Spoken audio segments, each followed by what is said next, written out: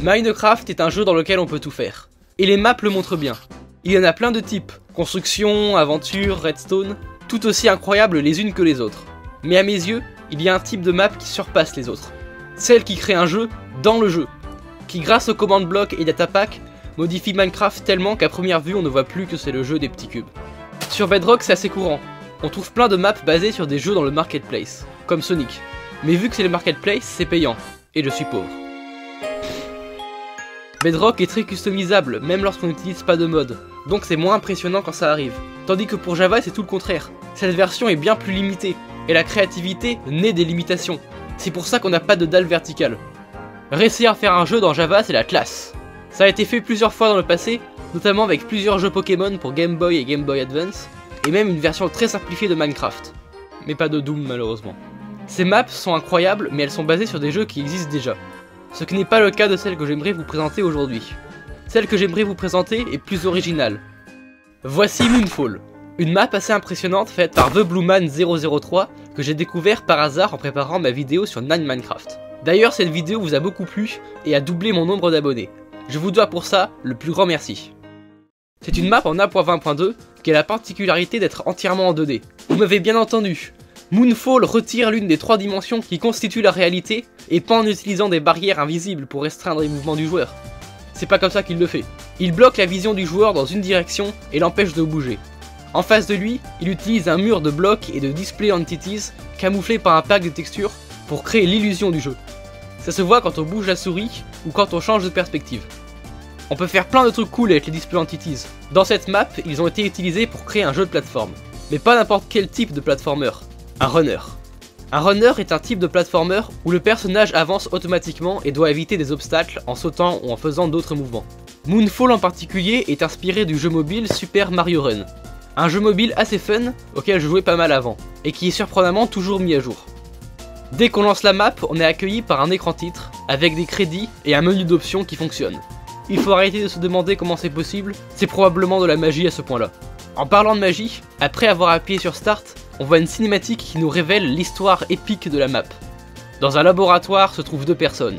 Un scientifique que l'on contrôlera plus tard qui s'appelle Luke, et un autre random à t-shirt rouge qui s'appelle Tom. Ils discutent et racontent que les mages sombres vont revenir. Ces personnages apparaissent dans d'autres maps de TheBlueMan003, il y a du lore que je manque. Ils sont inquiets du retour imminent de ces méchants sorciers, mais ça va car ils ont un plan. Ils ont créé une arme spéciale pour pouvoir les vaincre, le Skybuster. Mais notre scientifique, dans son génie, doute de son efficacité. Il fait donc la chose la plus scientifiquement raisonnable et tire sur la lune avec son rayon laser pour voir si ça marche. À la surprise de tout le monde, ça dégénère. Le rayon est trop puissant et brise la lune en morceaux, façon Eggman. Ayant légèrement gaffé, le scientifique décide d'aller chercher l'aide de d'autres mages et part à leur recherche, commençant ainsi l'aventure. Moonfall a 4 niveaux, tous avec une apparence et une musique originale différentes. Le premier niveau est situé dans une ville futuriste avec des gratte-ciel, des voitures volantes et des puits sans fond. Que des trucs que toute bonne ville devrait avoir. La musique va de pair et sonne futuriste. C'est le niveau le plus facile, mais pas trop quand même. Cette map n'est pas de tout repos. Ou alors je suis nul en platformer, ce qui n'est pas vrai, j'ai complété Céleste, je suis doué. Oh oh. Les mouvements sont assez simples, c'est un runner donc le scientifique avance tout seul et on peut sauter avec la touche Z ou clic droit. Mais faites gaffe, il y a un peu d'input lag. Et par un peu j'entends... De ce que j'ai remarqué, il y en a plus avec la touche Z qu'avec un clic droit. On peut également faire des wall jump lorsqu'on saute contre un mur, comme Mario. On sent bien l'inspiration de Super Mario Run dans le design des niveaux et grâce aux blocs spéciaux au sol. Ces blocs ont des couleurs et motifs différents qui montrent leur effet. Dans le premier niveau, il y a des blocs de direction jaune et rouge qui changent dans quel sens le scientifique avance, et un bloc bleu qui donne un second saut à usage unique, permettant ainsi d'atteindre des plateformes plus hautes. Le second niveau est une zone herbue qui a pour arrière-plan un ciel noir de nuit, légèrement violet, avec des bouts de terrain flottants qui rappellent un peu Super Mario Galaxy. Il introduit comme gimmick des barres sur lesquelles on peut s'agripper et qu'on peut relâcher. Le level design de ce niveau est labyrinthique et priorise la réflexion pour avancer, contrairement au premier niveau qui est en ligne droite et un tutoriel. La musique jouée est calme, ce qui accentue l'aspect énigme à résoudre du niveau. Aussi un détail cool que j'ai remarqué, dans l'arrière-plan on voit les morceaux de la lune brisée s'écarter de plus en plus à chaque niveau. Puis on arrive au 3e niveau. Il se passe dans des sortes de montagnes à roches blanches et à herbe bleue. La musique change pour une musique plus rapide, et c'est cool car ça nous montre de façon subtile une chose, qu'on va beaucoup galérer. C'est avec ce niveau que le niveau de difficulté de la map explose. Jusque là les niveaux étaient calmes, mais celui-ci est juste dur, tout ça à cause de l'introduction de ce petit bloc vert. Quand le joueur marche sur ce bloc vert, le bloc de boost, il reçoit un boost de vitesse jusqu'à ce qu'il touche une plateforme différente. Il utilise aussi beaucoup les barrières et les blocs de double saut.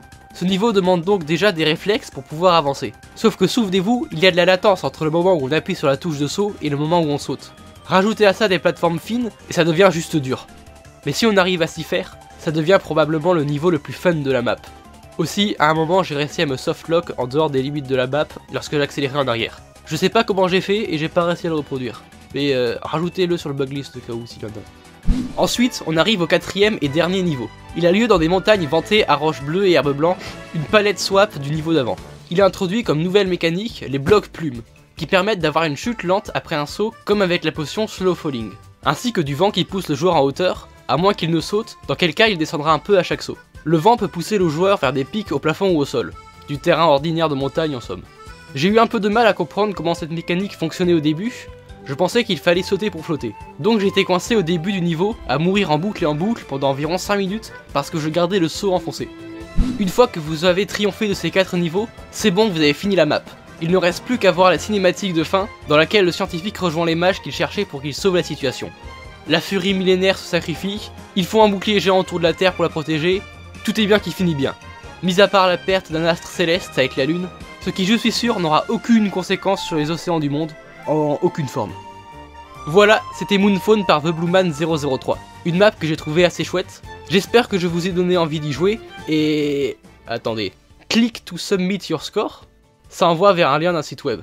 Apparemment la map enregistre notre temps et on peut le publier sur un leaderboard. Moonfall est donc speedrunnable? Vous savez ce que ça veut dire.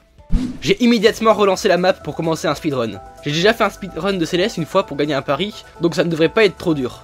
Ayant toujours le design général des niveaux en tête ainsi que mon enregistrement à côté pour voir, j'avais toutes mes chances de réussir. En plus, j'étais en 4ème place avec seulement 5 minutes d'écart avec la première place. Avec un peu d'effort, c'est rattrapable. À mon premier essai, tout va bien jusqu'à ce que je me softlock devant un mur dans le premier niveau parce que j'avais oublié de sauter. Ok, pas de bol. Mais ça va, c'est juste le premier essai. Je réinstalle la map et recommence le speedrun. Cette fois, j'arrive beaucoup plus loin. Je finis le premier niveau. Je me perds un peu dans le deuxième et j'arrive au 3ème niveau, dans lequel je meurs en boucle et en boucle dans la partie avec les blocs boost, les doubles sauts et les rails, au point que je rage quit. Je ne veux pas m'arrêter là mais je suis fatigué. Je fais donc un retrait tactique pour reprendre des forces pendant un petit mois durant lequel je travaille sur une autre vidéo. Après l'avoir sorti et avoir gagné 473 abonnés, ce qui est je crois le nombre minimum de personnes requises pour former un culte, la vache, je reviens à la map. Mais toujours sans succès, j'ai perdu la main. À ce point-là, je désespère. J'ai tenté de faire le speedrun mais j'y arrive pas. Pourtant dans le passé j'arrivais à en faire. Est-ce que je suis même toujours capable d'en faire? Dans un moment de doute, je lance Céleste, pour voir si je suis toujours bon. Mais je n'y arrive pas non plus. Alors même que je m'en suis vanté plus tôt, j'ai vraiment perdu la main. Mais je peux pas finir la vidéo comme ça. C'est pas une fin satisfaisante. Si seulement j'avais une excuse pour justifier cet échec. Tiens, le site de leaderboard est HS. Voilà! En fait c'est pour ça que je ne suis pas en première place. Oubliez la dernière minute de la vidéo. C'est bizarre, le lien mène vers une page qui n'existe pas. Bah, pas grave. C'était Moonfall, une map très impressionnante que je vous conseille d'essayer. Si vous avez aimé cette vidéo, n'hésitez pas à mettre un pouce bleu, à vous abonner et à laisser un commentaire. Et aussi, je crée mon propre texture pack Trueful, donc je vous conseille de l'essayer. Il est trouvable sur Planète Minecraft, le lien est dans la description. Et avec ça, je vous dis à la prochaine.